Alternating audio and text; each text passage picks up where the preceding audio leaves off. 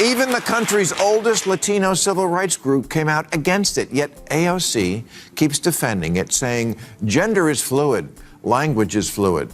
Yes, and Latino voters are fluid.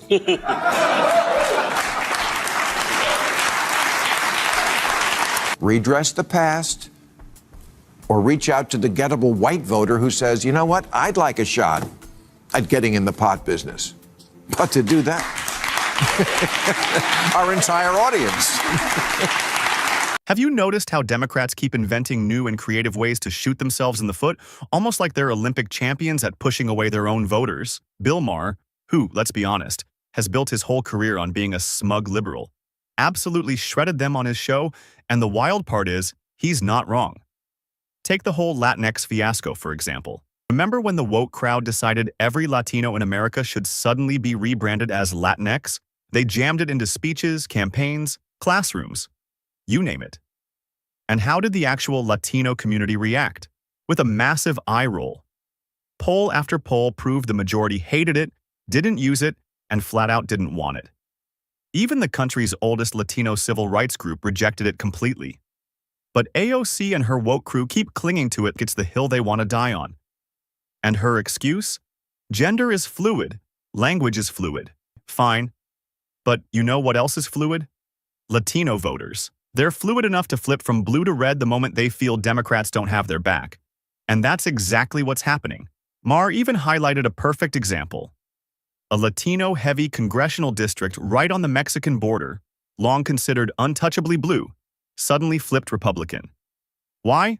Because Democrats stopped acting like lawyers for their own community and started acting like lawyers for woke causes, migrants, and whatever Twitter trend was blowing up that week. Last week, an 85% Latino congressional district on the border with Mexico, which had always voted heavily Democratic, flipped to the red team.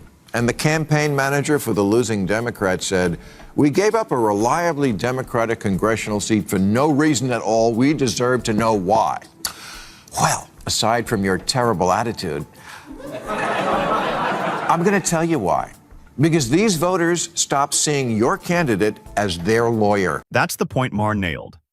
Voters don't want politicians chasing hashtags or showing off on social media. They want representatives who fight for them like their personal lawyers. People aren't looking for leaders obsessed with correcting pronouns while ignoring broken schools, unsafe neighborhoods, or sky-high costs of living. They want real solutions. And yet, Democrats still can't seem to wrap their heads around it. Think about how tone-deaf you have to be to keep pushing a word like Latinx when the very group it's meant to uplift overwhelmingly rejects it.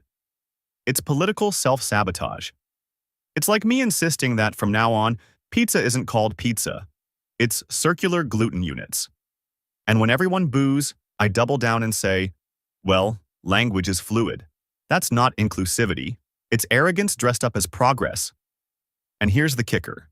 Voters see right through the performance. They know when they're being lectured instead of being represented, and they're getting tired of it. Their message to you was, I'm an American now. I'm here. Be my lawyer, not the lawyer for the migrants showing up in my backyard. Every month I see a new poll reporting how much Latinos despise the woke term Latinx. It's about as popular with them as a reboot of Speedy Gonzales.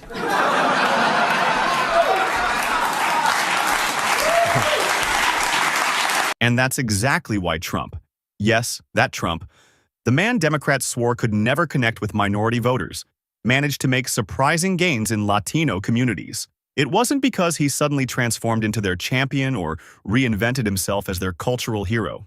It happened because Democrats abandoned their role. When you stop acting like people's lawyer, when you stop defending their families, their jobs, and their future, they'll fire you without hesitation and hire someone else who will. Politics at the end of the day is that simple. Ignore your base, and they'll replace you in a heartbeat. Even the country's oldest Latino civil rights group came out against it, yet AOC keeps defending it, saying gender is fluid, language is fluid. Yes, and Latino voters are fluid.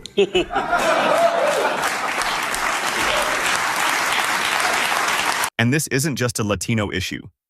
Asian Americans are walking away from Democrats too, and for good reason.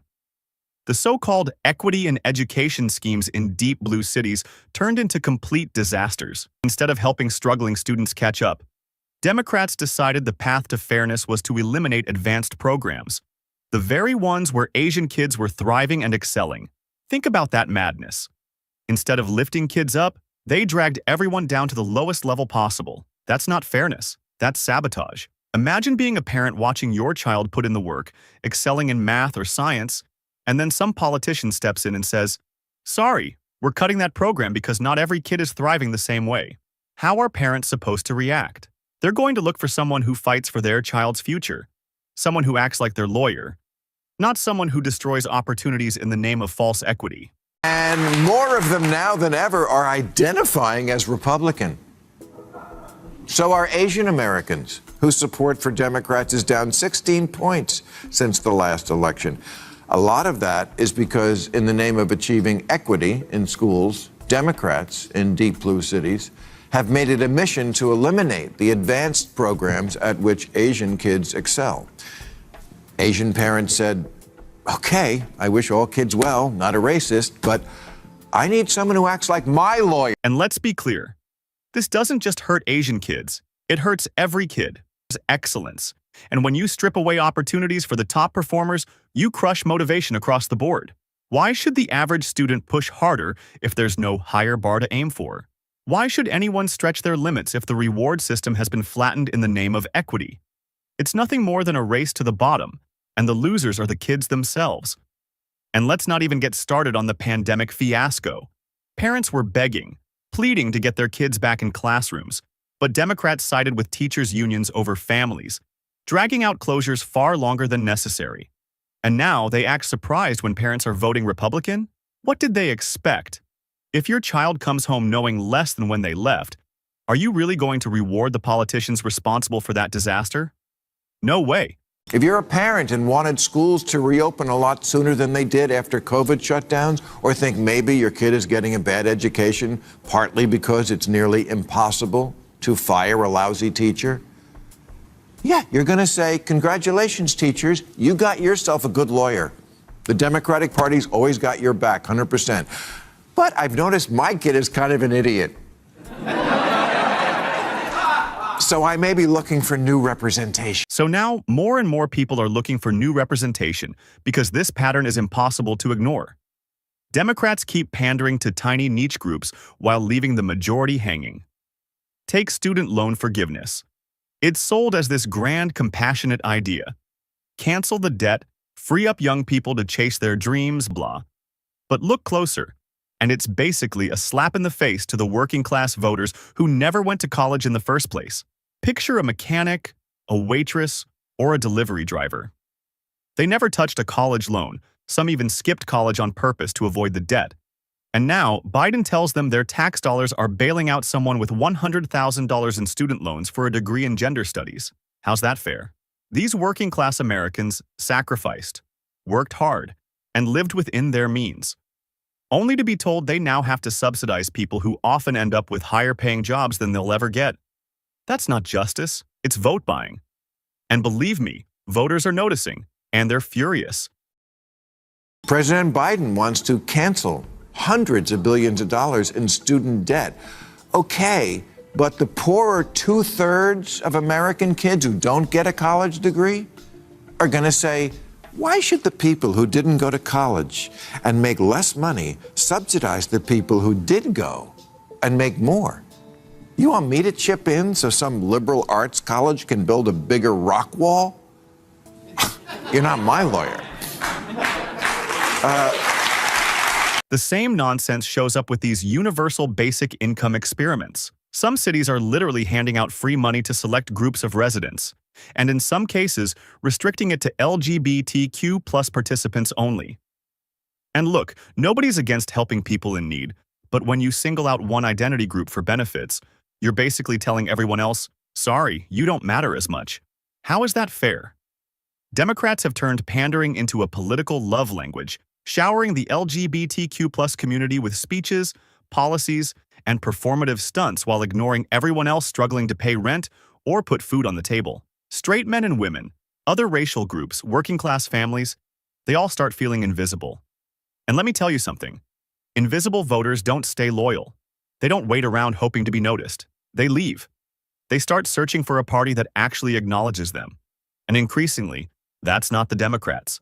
A universal basic income probably sounds pretty good to a lot of people struggling without a college degree. And a number of cities have been running pilot programs in guaranteed income. But the West Hollywood program had to be suspended because it was unconstitutional. They set up a program where 25 residents were to get $1,000 for 18 months, but only if you identified as LGBT, the rest of that. Why? Because they need money more than any other people? Because no one in West Hollywood will hire a gay person? And here's where it gets downright ironic. On an issue like marijuana legalization, something Democrats should have locked down years ago, it's starting to look like Republicans might actually beat them to it. Bill Maher, who's practically the high priest of pot, pointed out that Trump himself could be the one to push for nationwide legalization. Can you imagine that? The same party liberals mocked for being uptight, old-fashioned, and out of touch could be the ones to finally deliver what progressives have been promising for decades. If Republicans pull this off, it's going to be flat-out hilarious. Picture Maher lighting up a joint, shaking his head, and admitting, "Fine, the GOP actually got it done." That wouldn't just be funny, it would be a full-blown identity crisis for Democrats, exposing how badly they've fumbled even the issues they claim to own.